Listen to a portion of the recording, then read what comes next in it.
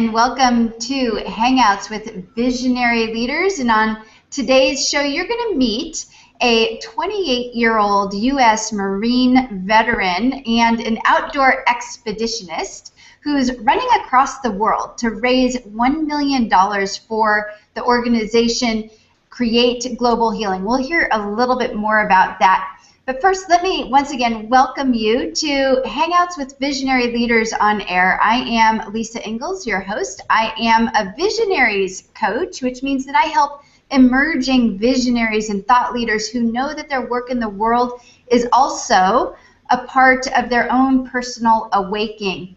And I help them to overcome self-doubt, confusion, and excuses so that they can make a difference in this world doing what they love to do. So you can learn more about me and my services by visiting www.interstatecoaching.com. And while you're there, you can also pick up my 5-step report on a practice for creating radical change in your life. Now, this show is really all about bringing visionary leaders together to give guidance, to give support and inspiration to those of us who might feel like we have these huge ideas, but we just don't know where to start. Or for any of us who might be feeling or thinking to ourselves, you know, can I really pull this vision off? Or maybe you're someone or a visionary leader who is frustrated because you've been out there a lot. You've been putting a lot of energy into your ideas, but just can't seem to get them off the ground. Whatever your vision is, whatever your situation is, the truth is that visionary leaders have different challenges than most people. They don't tend to follow the crowd. They are trailblazers. And along the way, it can feel sort of isolated and lonely out there. Sometimes we encounter self-doubt, and oftentimes we can be our own worst critic because I think we're perfectionists at some level as well. So this show is here to give you the tools and resources and the inspiration that you need to find your way in this world as a visionary leader. Now today, my guest is Akshay Nanavati. He's a 28-year-old U.S. Marine veteran, as I already mentioned, and his mission is to literally run across every country in the world in order to support an effort in global healing. And on a personal level, I think he would say that he also is here to discover, and doing this to discover the boundaries of human potential. So during this hangout, we're going to learn about what type of training is really required for this quest, what type of physical and mental training. Why did Akshay decide to even go on this quest, on this huge mission?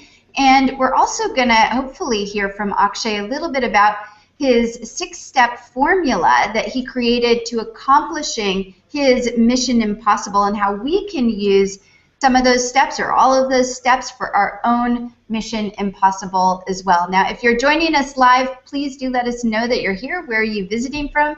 Please do feel free to add comments to the questions below this video here, and we'll be sure to answer them. We love, love, love engagement. So welcome to our show, Akshay. Thank you so much, Lisa. I really appreciate you having me here. Real honor to be here. Yeah, it was funny because we're in a similar, or we're not in a similar, we're in a group together. We both are a part of the JVIC. It's a coaching group. For those of you who don't know, it's just a big group of coaches who are to come together to support each other. And I had met you in December at our live conference, and then we just sort of met in passing, didn't get a lot of time to talk and hang out. And then as I was starting this new show, Hangouts with Visionary Leaders, I came across you on someone else's website, Scott Dinsmore's website. I think it's called Live Your Legend, right? And I saw you on there. I'm like, what? I met him, and so I need to reach out to him. And then we connected, and we had all this stuff in common. So anyways, that's why you're here today. You know, we sort of started all this project work together. So, well, why don't you tell us, like, what's a little bit of your background, a little bit of your story, how you got here, why you're running across the world? Sure, of course. So I'm originally from India. I was born in India, and I've lived in probably at least 10 different cities throughout my life. Lived in India, lived in Singapore, and we traveled a lot at a young age. So from then, I've always had become passionate about traveling and seeing the world, engaging with different people, different lands, and meeting people from all over the globe. That's a real passion of mine. And when I first moved to the U.S., I was about 13 years old. I spent about a year and a half of my life squandered away with drugs and alcohol and just really, on a bad path. In fact, two people who started that life with me are no longer alive today. So we were pretty heavily immersed in that world. And I managed to get out of it, thankfully. And that's when I decided to join the Marines. To me, it was the exact opposite of that selfish life. Instead of, we're kind of meaningless existence, just doing drugs, to serve a higher cause than myself. And so I joined the Marines. I did 6 years in the Marines. I did one tour in Iraq in 2007, 2008. And again, after I got out, I was not sure what I wanted to do with my life. So in the Marines, I found other positive ways to channel instead of drugs and alcohol. So that's what got me into outdoor sports. I went rock climbing, skydiving, broke 4 bones in 3 months doing these things. Ice diving, ice climbing, any outdoor sport you can think of. I, gave it all a shot, and I loved it. So living on the edge. Yeah, exactly. I was mountaineering in the Himalayas. I almost got killed by a falling rock while glacier caving in Nepal. So, been through some pretty extreme scenarios. And recently, when I kept wanting to go back out and train, but for me, if I'm not in the mountains, I found it a little harder to train for the mountains. I need to be in it. So I wanted to do something that would inspire me to get out running every day, really focus, and something that would inspire me as my lifelong project. And that's when I decided to run across every country in the world because that certainly inspires me, and it gets me out on the trails on a regular basis because I kind of have to now that I've announced it to the world. So I have the world holding me accountable to it, which is great. But it allows me to test my own limits in a really, really cool way, doing something that nobody's ever done before, and get to see the world. And really, ultimately, the higher mission, the vision behind this is to show the world that no matter where we're from, that we're all the same. Human beings, no matter what skin color, no matter what religion, no matter where, what nationality, that we're just all the same. We all just want to live good lives. And this actually came to me in Iraq as well, because in Iraq, people over here only see kind of negative things. And most people in Iraq were not terrorists or insurgents. They were just, they just want to live a normal life just like the rest of us. And so this is kind of the higher vision behind the whole run, is to connect people from all over the globe and really highlight them, highlight the humanity in every life that I encounter. So it's not just about me. My run is just the vehicle, sort of for the greater message. Yeah, and I think it's the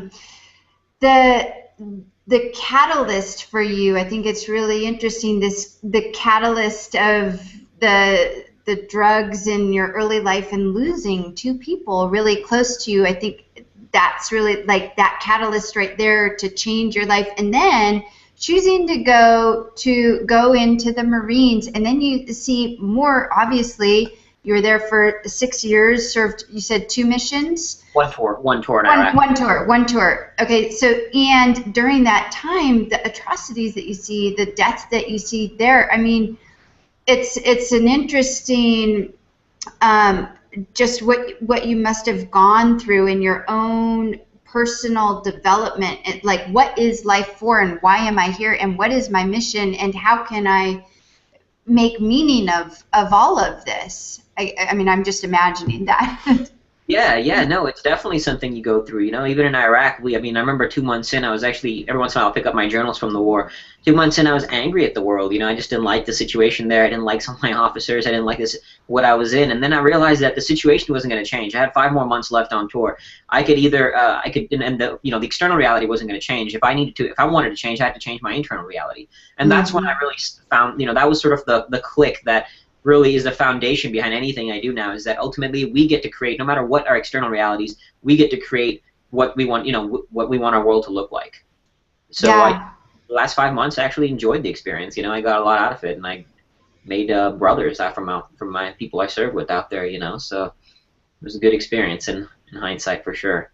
Yeah, and it's all about that connection and humanity, and we're all humans, and we all have the same human experience. And like you said, at first you felt really like there was a period of time that you felt angry at other people, but when we recognize that, like, what your whole mission is with this run is to recognize that we are all the same. We all share the same basic emotional needs, the same, we all experience the same types of emotional things in our life. We all want the same things, and when we recognize that, I mean, then it's easier to come together and be together and live peacefully. Exactly, exactly. Yeah, because I think that's the foundation. If we see each other as just as as no different from our own from who we are, how can we possibly have wars, animosity, and hatred towards somebody else? Yeah. That's kind of the vision. Yeah. Well, so tell us a little bit more about, now you've already run across 2 countries, right? About a month and a half ago, I ran 33 miles across Singapore, and in 2012, I spent a month skiing 350 miles across Greenland. Oh, right. It was skiing, right? Yeah. So, Because although I do say I'm running across, I kind of qualify the expedition by saying it's on foot, because eventually I want to go to the South Pole, and that'll be on skis. So most part it will be running, but there might be a handful of places where I'll be on skis or something like that. So it's on foot though, not biking, just either mostly running, but possibly some skiing. Yeah. So how long is this expedition going to take you? Because it's a matter of years, right? Yeah, this is pretty much my my lifetime project. It'll take me at least 20 to 25 years to do it, because there's a lot of countries. I think there's 195, 196 countries. Some of them are pretty big. Yeah. And, so it's going to take a lot of running. So right now I'm kind of working my way up with smaller countries. Like I said, I did Singapore, which was 33 miles. So it was still a decent run for me. And then now in about a month from today, actually, I'm flying to the Caribbean to run across 4 islands in the Caribbean. That'll be a total of about 125 miles in a week.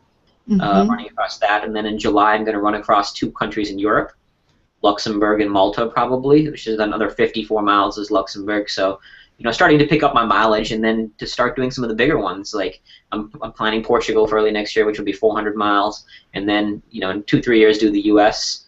I'm going to run from San Francisco to New York. So got some big ones coming up, but this is pretty much my lifetime project, because I'm also married. I don't want to leave my wife for for 11 months out of the year, so I'm kind of balancing it between the rest. What a nice husband! I don't want to leave my wife. Maybe just 3 to 4 months.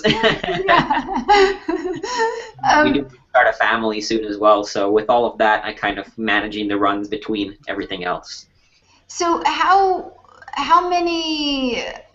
So you just said 3 to 4 months a year you're planning on being gone and running. So I guess that doesn't necessarily equate to a certain number of countries per year. It's just how much time you can fit into your schedule.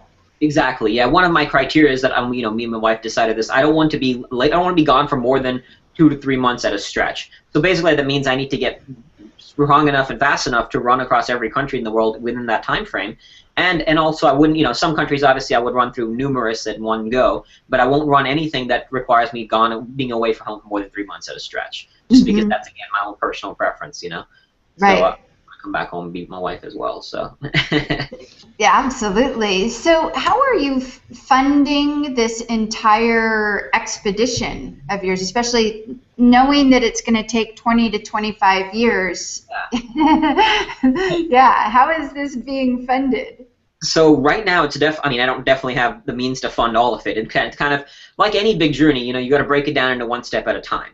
So I'm working on, and I try not to think about too, because sometimes when I'm on Google Maps up late at night, can't sleep, I'll be on Google Maps looking at countries, mapping out routes. It overwhelms me and it scares me and realize, can I actually do this? This is kind of insane. Do I want to do this? And sometimes when I go on long runs, I did a marathon last weekend, and I ran out of water at mile 17, and it kind of hurt. And I was like, do I really want to do this for the rest of my life? So you go through moments when you question it, but. So, and in terms of funding it, I'm basically breaking it down one step at a time. I'm getting people on board. So, for example, hotels in the Caribbean are willing, they're comping me 2 nights in Barbados and Grenada to sponsor. They like what I'm doing. They like the grander vision behind it. So they're offering me complimentary nights. I'm getting partners wherever I can to really support this vision. I've applied for some grants. I'm going to be reaching out to larger sponsors as well. But even with sponsors, it's a 20-year project. So no sponsor wants to support something for that long. They want immediate results. So I'm breaking it into smaller chunks and then managing it that way. So right now I'm just working on funding my next few runs, and I'm not even really considering the future ones, because to run across all of these would be at least eight figures. We're talking at least $10 million to get, in order to manage the entire world, in order to run across all of that. So it's a very, very expensive proposition. Right. Working through it one step at a time. And as I get more publicity, I'll ideally then be easier to generate more sponsors.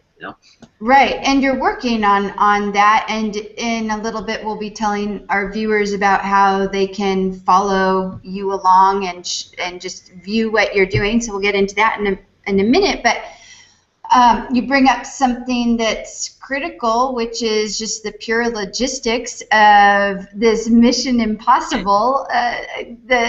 And you just spoke to the logistics of the financial logistics and sort of the planning of what is my route and how do I get across these areas, and who knows, because you'll probably come up against like, oh, crud, like I was looking on Google Maps and it said that I could go across here and I can't go across. Who knows what will happen? So in that way, it is a true expedition and a true adventure. And we also want to look at, and I'm curious to hear from you, just the logistics of the pure training. Like, what are you doing for your training to do this? Yeah, so I think I announced this probably earlier this year. So I'm now building up my endurance, as I said, doing the smaller countries first to prepare. So right now I'm running about 70 to 80 miles a week. And it's really just about that. I mean, the hardest part has actually been managing, now that I'm putting so many hours on the road, to actually manage the rest of my life, I mean, everywhere I'm going, so sometimes what I'll do is I'll break up my runs to two, one in the morning, one in the evening, that way I can get some work done in the middle. And the way I'm training to really train smart as opposed to just training hard is I run with the heart rate monitor, and I keep my heart rate in zone 2. See, when most people run, they make a mistake of running in the zone 3, zone 4 zone, which is too fast to get a real aerobic benefit, but not fast enough to get the anaerobic benefit. So by staying in zone 2, I'm able to go long and increase my mileage very rapidly. I went from under 5 miles a week to over 50 in less than 2 months, which I'm sure most runners, would say is a pretty large jump. In fact, and no injuries, injury free. So that's the crossing my fingers and hoping that stays that way, But I've been really fortunate to have been able to increase my mileage really rapidly, and just getting faster as well. So it's just basically doing a lot of zone 2 training, and only about once a week I'll probably get in some sort of intervals, get sprints in, or some sort of interval training, but mostly it's just a lot of just long, slow hours and hours on the road. Yeah, and when you say zone 2 training, for those people who aren't familiar with running and with exercise, zone 2 just means what Akshay is referring to is just a very low heart rate zone, so that it's very aerobic, what would be considered an aerobic heart rate zone, so that your body can use more, isn't burning up calories as fast, essentially using maybe more of your, some would say your fat burning zone, more of your fat stores, and there's so much controversy on all of that, but zone 2 keeps it. Thanks for clarifying that. Yeah, and I kind of learned about this just through reading and following a lot of other runners, ultra runners, and learning from them. So it actually, sometimes it's a struggle because you're going really slow. And my goal is to be able to run under 10 minutes a mile while staying in zone 2. So I'm working on building that up. Right now, I mean, when I first started, I was about 17 minutes a mile, so that's pretty slow, And sometimes it was a struggle because I would force myself to slow down, but my watch actually beeps and let me know if my heart rate goes too fast. So I would force myself to slow down, and now I'm under 13 minutes a mile, staying in zone 2. So I'm just working on getting faster and faster by putting in those hours on the road. Yeah, and I can speak to this really, because I spent years and years training people and myself, right? I competed for over 17 years in triathlon and over 20 years running. What Akshay is speaking to, of training his body to get into this heart rate zone and be able to get faster and faster, is critical, and it's something that is just an adaptation period that happens as you're training. The amount of training that you're doing, Akshay, I'm sure it will happen fairly quickly, as long as you stay really consistent and true to it. I think one of the hardest things, like you said, is it's hard to go slow, and one of the reasons why it's hard to go slow, for those of you who aren't runners and don't know this, is it actually puts more stress on your body to go slower than it does to go faster, and that's why you often see a lot of I'll just speak from my own experience of having coached for many years. I often see a lot of the slower runners with a lot more injuries, because they have higher impact, more time spent on the ground than more elite runners. Of course, it's a matter of volume, and all of that stuff can injure you as well. But you often see a lot of injuries in people who are the slower ones. So there's that thing to manage. How do you manage your injuries, or have you gotten any injuries? You know, the one thing that I tend to be prone to is posterior shin splints. So that sometimes comes up, but I use a lot of those kinesiology tapes. I find those to be very, very effective. And also, you know, so other than that, really nothing else. You know, I'm spending hours on the road, and through you know, I make sure I actually stretch a lot more than I used to now. So making sure to stretch after my runs and kinesiology tape. But other than that, nothing. I've been fortunate, you know, no injuries so far. Do you foam roll? I do not, but that's something I will probably start, because I've heard, you know, a lot of runners talk about it, and it's a must. And you obviously, I'm sure, can testify to it. So it's something I will be getting for sure in the coming weeks. Yeah, you can get just one of those little foam rollers. They're awesome. Good little self massage. That's the other thing. Do you get massage at all? Any body work? That's probably something I could do as well. You're so young. No, I'm sure I will start, you know, as I start doing a lot more running, bigger countries. My goal is to basically be able to run 50 miles a day for months on end. That's kind of what I'm working on, is to run 50 to 70 miles a day. Who inspires you? You must be inspired by some of the ultra distance runners out there. Who are some of the ones that inspire you? Yeah, there's actually two that are, you know, really inspired, that I've actually been connected with as well, and they're kind of helping me with logistics and how to manage logistics, because they've done stuff like this. One is an Australian runner called Pat Farmer. He actually recently ran 10.5 months from the North Pole to the South Pole. 10.5 months, not a single day off, averaging about 2 marathons a day. I mean, just mind-blowing. So not only is the feat itself extremely impressive, it's just logistically, it was, I mean, I can't even imagine now, you know. He actually had armed guards escort him for certain parts of like when he was running through Central America and stuff like that. So he'll be helping me kind of just help me, you know, figure out how he managed logistics. And another one is an American runner called Ray Zahab. I'm not sure if I'm saying his last name right, but Ray Zahab, it's Z-A-H-A-B. He ran across, with 2 other runners, ran across the entire Sahara Desert from Morocco to Cairo. And that took him like 109 or 111 days, again, running nonstop, 2 marathons a day. So very, very inspiring stuff. And, you know, by no means am I even at that level yet, so they just kind of inspire me. I'm just working my, you know, slowly. But I'm not the best runner by any means. So I know a lot of people, when I tell them that I'm doing this, they think I'm probably the best runner, but I'm not at all. I'm slow, and I just like to go for long, you know, so. And I think that that's what makes you even more relatable to other people. You weren't necessarily like the guy that was just born to run, as the book title is, right? You weren't necessarily born to run. You just picked this because it was something that you thought, oh, I think I would like to do this. I love to run, and maybe I'm not the best runner in the world. And it brings you even more in more alignment and more relatability to those people who aren't runners. And it's like, yeah, I'm not even a runner, and I can do this. You know?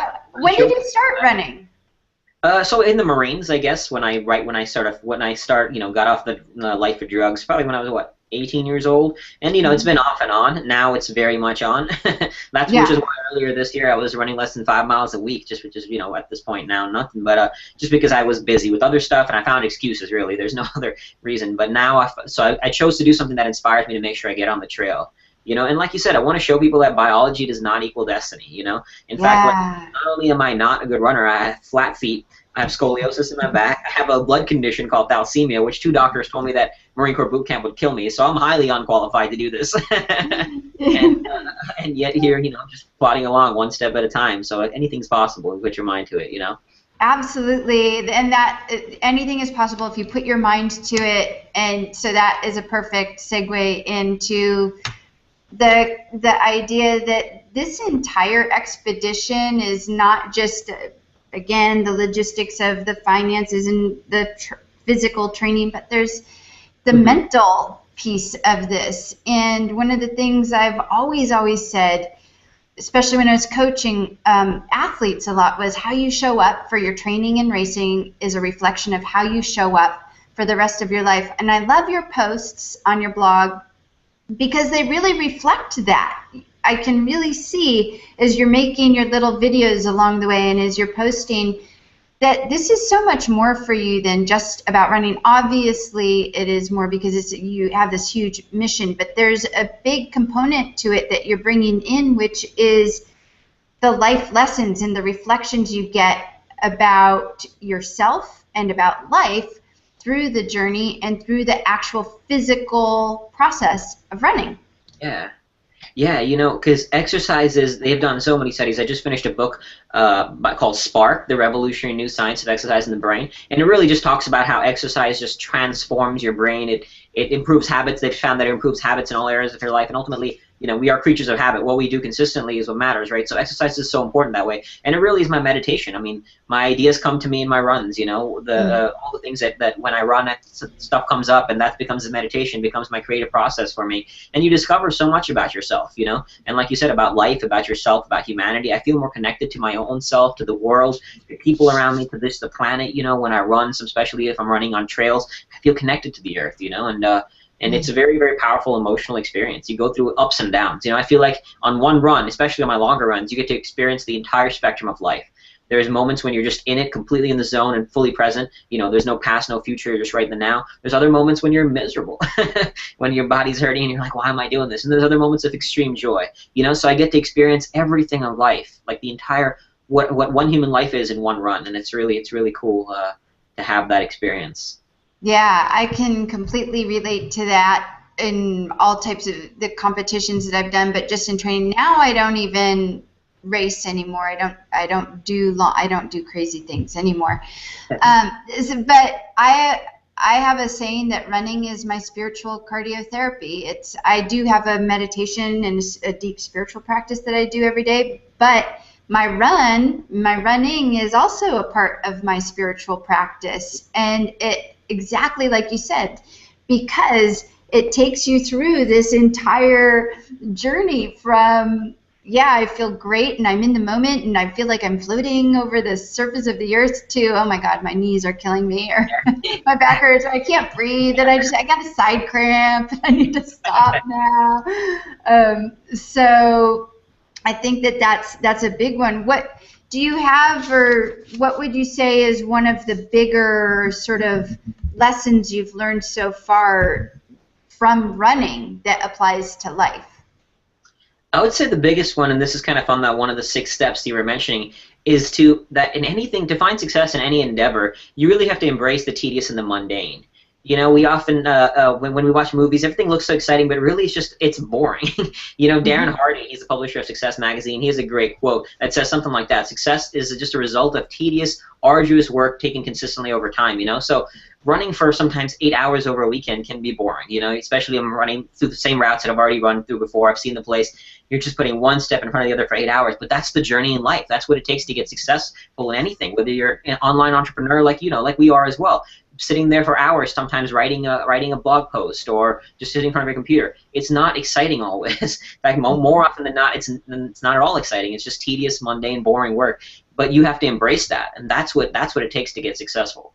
To be successful in anything, is that it's just putting one foot in front of the other for hours and hours and consistently doing it over time, and you'll get to where you want to go. You know. Yeah. Sometimes it may take longer than you want or hope, but you keep doing it and you'll get there. Yeah, I'm gonna pull up just a couple of comments here just so that we can acknowledge. Andy Lyon says, a lot of what you're saying, Akshay and Lisa, can be applied to raising a business. Terrific tips, thank you. And we got here one from Wayne saying, my mission impossible is to live totally off-grid in a modern world and help others to learn how they can do it too. And then that just brings up, like, everybody has their own mission impossible. You know, that might seem like, okay, it's so huge, and the scope of it, like you're saying, Akshay, your mission impossible is literally, the plan is it's going to take about 20 to 25 years for you to do this. It's not like you're planning to do this in a day or in a year even. That a mission impossible is literally maybe even a life's work, a whole entire life's work come together. Exactly. Yeah, exactly. You know, and each, and like you said, each one has their own dreams, and that's totally cool. And just embracing your own dreams, you know. And sometimes it can be a smaller project for like a 1 year project, you know. But this is gonna be my life legacy, basically. It'll take me the rest of my life. I'll be a 60-year-old person running across countries soon. Totally. And so let's talk about your six. You have a 6-step formula for accomplishing your mission impossible. So would you be willing to share what those 6 steps are with us? Sure, sure. So the first step is to come up with something, to create an impossible dream that scares you, fills you with excitement, you know, because many of us don't even do that part. We get so accustomed to just our daily life. We get stuck in a job we hate. But to come up with something grand that inspires you to get out every day, to wake up in the morning and do something that scares you, you know. And again, the point that I add in that first thing is also something that scares you. That's when we only grow when we get outside our comfort zone. And the second step is then to devote yourself entirely to it. You know, when we whatever we're working on, whether it's writing a book, to devote yourself entirely to it until you finish that project. So if you're writing a book, work on that book. You know, retreat, go off the grid for a month or two and finish the book. So devote yourself entirely to it. And in this case, you know, it's a lifelong project. So it's now basically what I'm going to do for the rest of my life, and I'm going to work in, you know, making my business, make it everything. This is it for me. So I'm really excited about that. And so you commit yourself, not just physically, but mentally as well, mentally and spiritually. Devote yourself entirely to your pursuit. And the next step is the one that I mentioned. Sorry, go ahead. For a second, I'm going to go back for a second to your step 1, because I want to touch on something that you said that I think is really, really key, is that your mission impossible pushes your paradigm, pushes you out of your current paradigm, which means that you're going to come up against what might seem like fear. And if we think of that journey of the hero's journey, the Joseph Campbell's hero's journey, if you understand that part of the mission and part of the journey and the hero's journey is that you're going to face that there's going to be fear coming up, then you don't need to be afraid of the fear that comes up. You can just go, oh, that's normal. Like, that's a part of what creating my mission impossible is about. Yeah, this is what I'm supposed to feel, instead of retreating back, because I think that as visionary leaders, sometimes we do think, crap, can I pull this whole freaking thing off? Like, this is pretty ridiculous, dude. And when everybody around you is going, are you effing crazy? Like, what are you even thinking that you're doing? Because as a visionary leader, you come up against other people's paradigms.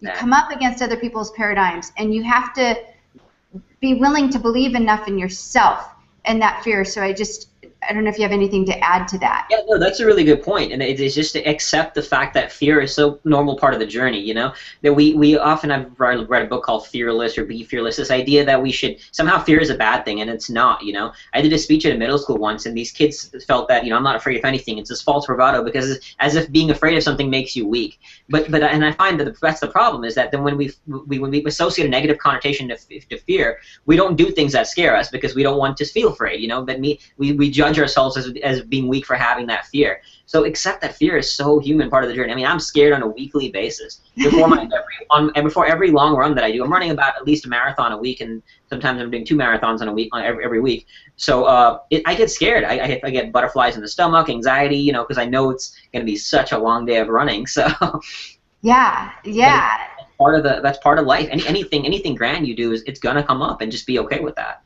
Right.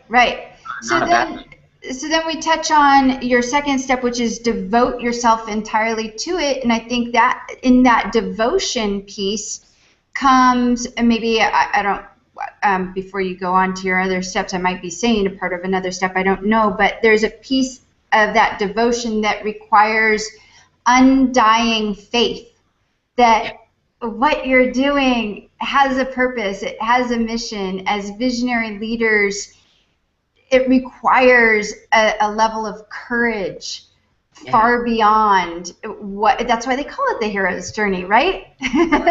Exactly. And like you said, you know, that you're going to get people coming up saying that maybe you can't do it. You're going to get doubters. I've already had people saying this. There's no way you can do this. This is crazy, you know. And that's okay. You got to keep. You got to have the faith in yourself and build a right team of people who support you and encourage you. You know, my wife is only reason I can even do this thing is because I have a very, very supportive wife who says, it's totally cool for you to run off for months on end to go run across countries. And when we go on vacations, that instead of driving there together, I'll be like, hey, babe, I'm going to run to that place and I'll just meet you there. So she puts up with a lot, but you need to build a team of people that support you. And that's part of is when you're devoting yourself is not just your own faith, but people who success is a team sport, as I like to say. So have that have a team of people who support you on your ventures.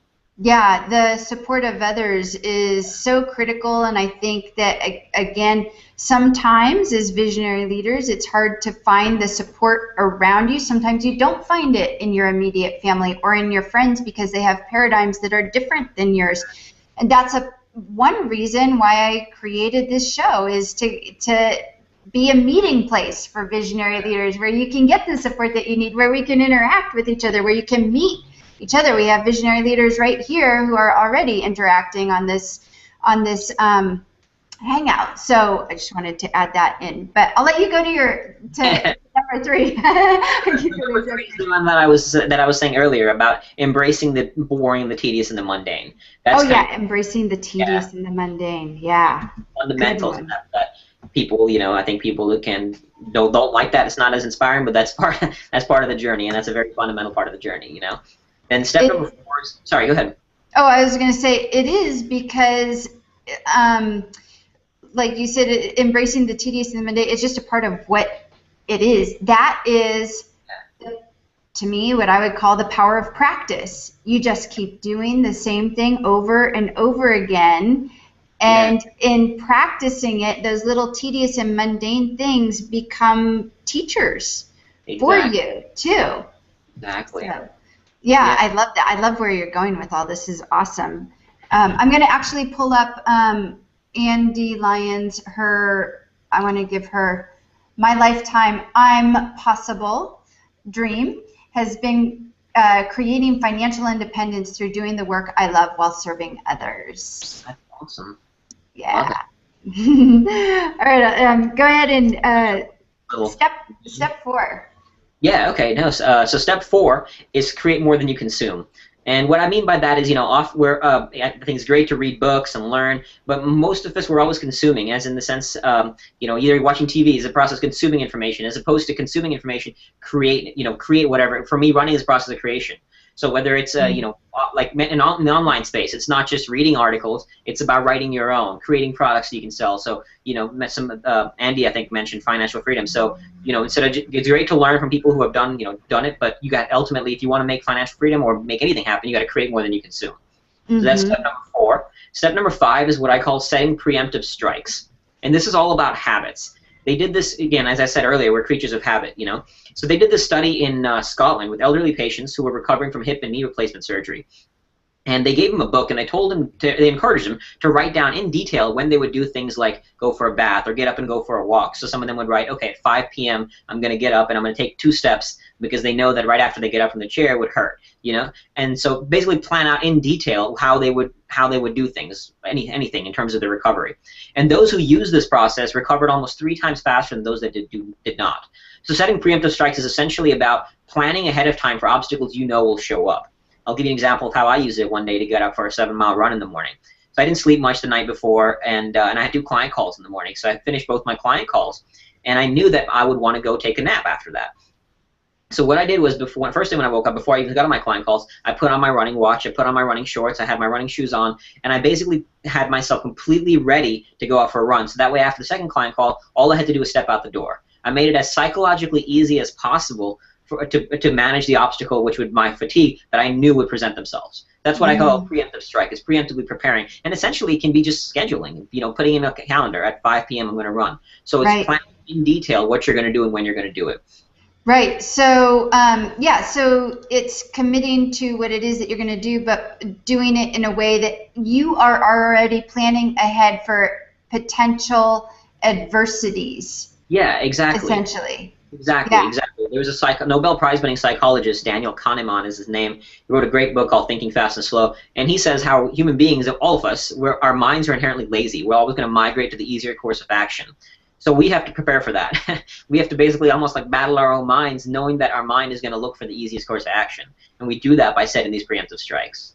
And I think that that's again something that a visionary leader does is they think ahead. A visionary leader has the insight to know themselves, know thyself. Exactly. I think is a critical tenet to visionary leadership. And when you know yourself and you know, oh, I'm feeling fatigued today. Well, I know myself, so I'm going to do this, this, and this to help myself. And so help thyself as well as know thyself.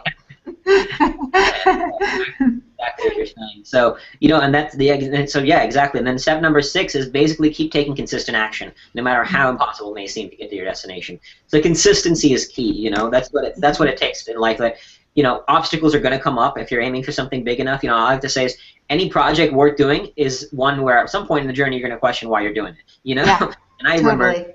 In Greenland, I was stuck in minus 40 degrees in storms. For up to 40 hours, we'd be in a storm where you don't even leave the tent for anything.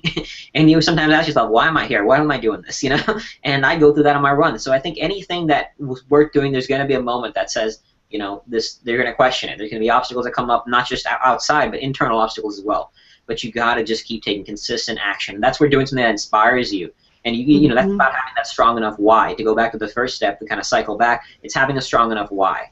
So I know that now that I've announced this to the world and I've already booked my trip to the Caribbean, I'm booking countries already to do it. I better be training or I'm going to be hurting. And when I did Singapore, for example, I did 33 miles and I was not even close to ready for that. It took me forever. I had barely been running 5 miles, as I said, at the time when I ran across Singapore. So being very unprepared was painful. I mean, my ankle was swollen by the end of it because my body hadn't been putting enough hours on the road to prepare to be ready for a 33-mile run.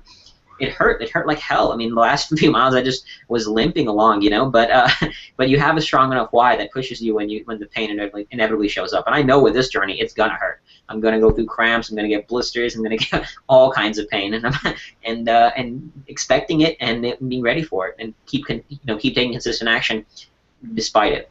I think that the consistent action, at this point, I've been to so many either personal development, workshops, seminars, long-term trainings. Between that and between all the live business conferences I've gone to, the one thing, I think it was Brendan Burchard, for those of you who know Brendan Burchard, he said, that was really, really true, and I'm sure he's not the only one that says it.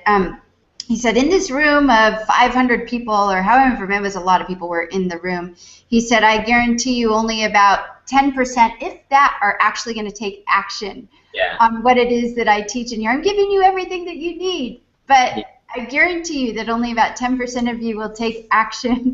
And I think that that's true, and I think sometimes where people get stumble or come up against a block on the action is that they think they have to take huge action all the time. But I love just the concept of you and you're running and you're like, I'm just going slow. It's one step, one step, one step. It's not 1 mile or 25 miles that you're looking at. You're just thinking about that one step, that one step, that one step. And I think Darren Hardy actually says I heard him in an interview talk about it. It's the compound effect, right? Of the tiny steps, the tiny steps that seem like nothing day in and day out. The tediousness of those tiny steps that build up, and then you finally look back and you go, holy moly, look at what I did with all those teeny steps. Exactly. Yeah. Sometimes you're right. At the end of my runs, I can't believe sometimes I actually did that. When I finished Singapore, I was like, how did I actually make that? How did you make that? Only going up one step in front of the other. And like you said, small little actions consistently over time leads to the results that you want. Was this actually, Wayne wanted to know if you said what's the longest run you've done at one time without taking a break? So that was the longest, actually. My run across Singapore was the longest. 33 miles is the longest I've done in a one stretch so far. And I'm actually doing an official 50K. So although I've technically run 50K, that's my my first ultra marathon in a race setting that I'm doing in a week and a half from today. So May 31st. But by the end of the year, I probably would have gotten to, let's say, 60 miles at a stretch. I'm training for a 50-miler later in the year, a 100-kilometer race that I want to do as well. So, but right now it's 33 miles. How long do you think 60 miles will take to run in one stretch of time? I mean, ideally, I get to the point that I'm running 10 minutes a mile, so 6 miles every hour. So, you know what, 10 hours, probably. Mm-hmm. That's Mm-hmm. that, yeah, maybe 11 hours. Mm-hmm. If I can get to that point. But, you know, I mean, what I am looking to do, I want to do a 24-hour races where you basically run for 24 hours, run 12-hour races. So I'm going to keep working my way up. I'd like to eventually do a 100-miler as well, and just kind of building up to that point. Yeah, yeah. That's Like would the you bad ever? one. Sorry, go ahead. Yeah, yeah. Were you just saying the bad water? The difference. I was gonna say that like I've trained some of my clients to do like Western States 100 and Yeah, the Western States is something I'd like to do down the road as well. yeah, Yeah, yeah. Very cool. Well, a lot of so pain. what I would love to do is just let everybody know what's going on here, and actually that this hangout is sort of the kickoff to a project that I sort of wanted to take on with Akshay because I was so inspired by what he's doing. And of course, I'm a runner. I think those of you who know me personally know that I'm a runner. I coach runners, even though it's more of a side thing that I still do. Um, and so I am really about part of my mission, and part of my mission impossible is to use the technology of something like Google Hangouts. It's what I love to use to connect people, to create authentic connection and communication, which is inherent in this new human media as it's being coined. And one of the things that I thought would be wonderful would be to sort of follow Akshay as he goes on this journey over the next, well, it's 20 to 25 years, but at least for the next year or so, follow him through the countries that he's going on, that he's running through, and do some mobile hangouts and really get to see firsthand how is he connecting, what are the boundaries of human connection, are there any, and what is he finding in his journey. And so yeah, if you're interested in, we're not going to spam you or anything like that. If you're interested in being notified of when those hangouts are, just leave a comment below this video and I'll be sure that you get put into a circle that I notify you. Hey, we're going to be doing an impromptu hangout with Akshay in the Caribbean tomorrow at 1 in the afternoon or whatever. And they're not going to be planned out way ahead of time. They're going to be sort of pretty short periods that will be I'll be checking in with Akshay, and yeah, I just sort of threw Akshay into them. I suggested it to you, and you were like, yeah, let's do it, let's try it. So I appreciate it. Yeah, for sure, for sure. So, like I said, I'll be running in June across 4 countries in the Caribbean. So, we'll check in throughout my time out there. Yeah, absolutely. And how else can people get a hold of you? No, because you're not just running. I mean, you also work as well, right? You have your you also have some other work that you do too. Yeah, so I work with people. I guess similar to you, I work with people to coach them, you know, to help them do their own impossible dreams, break out of mental patterns that are not serving them and create mental patterns that do serve them. So that's kind of my business. I'm also actually working on potentially getting a TV show out of this whole running thing, like sort of a travel channel show. So if that happens, that'll become my business, and then I'm a public speaker as well. I'm writing a book as well. So that's kind of my side business. But my website is existingtoliving.com, where people can sign up, and I'll be posting updates on my runs as well from out there. I'll eventually be getting some technology that allows you to kind of have a 3D map, so you can see exactly where I'm at. Really follow along with the journey, and building a whole set of infrastructure to manage this big thing that I'm doing. So that'll all be on my website, theexistingtoliving.com. Yeah, so be sure to check out Akshay there, existing, EXISTING 2, the number 2, living.com. You can find out more about what he's doing, stay connected with him, of course, stay connected with him as well through the hangouts that we'll be doing along the way as we follow him through his run across the world. And yeah, I just want to thank you so much for being here with us today, Akshay. It's been wonderful to connect with you. Yeah, thank you so much for having me. A real honor, real pleasure, and I really enjoyed speaking with you. This was a lot of fun. Yeah, and so we'll be seeing you again really soon in the Caribbean, right? Yeah. I'll be in Barbados first. I'm going to Barbados, Grenada, St. Kitts and Nevis, and Antigua and Barbuda. And then in July, I'll be running across Luxembourg. and possibly Malta. And then August, I'll be going to Rwanda to work with the organization to create global healing, do work on the ground with genocide survivors, and possibly run across Rwanda while I'm there as well. All right. That's going to be fun. Absolutely. And I want to thank everybody who came today live. And for those of you who are watching in replay, you can still engage with us. I mean, just leave your comments in the postings below this video. And if you leave a comment, even in the replay, we'll still be able to engage with you, get back to you. Again, please let us know if you do want to get notified about these Hangouts as we follow Akshay across the world and his run across the world. Just leave a little comment below and I'll make sure that I get you into a circle of notification. And thanks once again, everybody, for showing up today, leaving your comments, engaging with us, engaging with Akshay here. And thank you, Akshay, for joining us, and we'll be seeing you really soon in the Caribbean, right? Yep. So thank you, Lisa, and thanks again to everybody that joined in. I hope people get some value from it. And looking forward to continuing to staying in touch and updating you on my runs. Absolutely.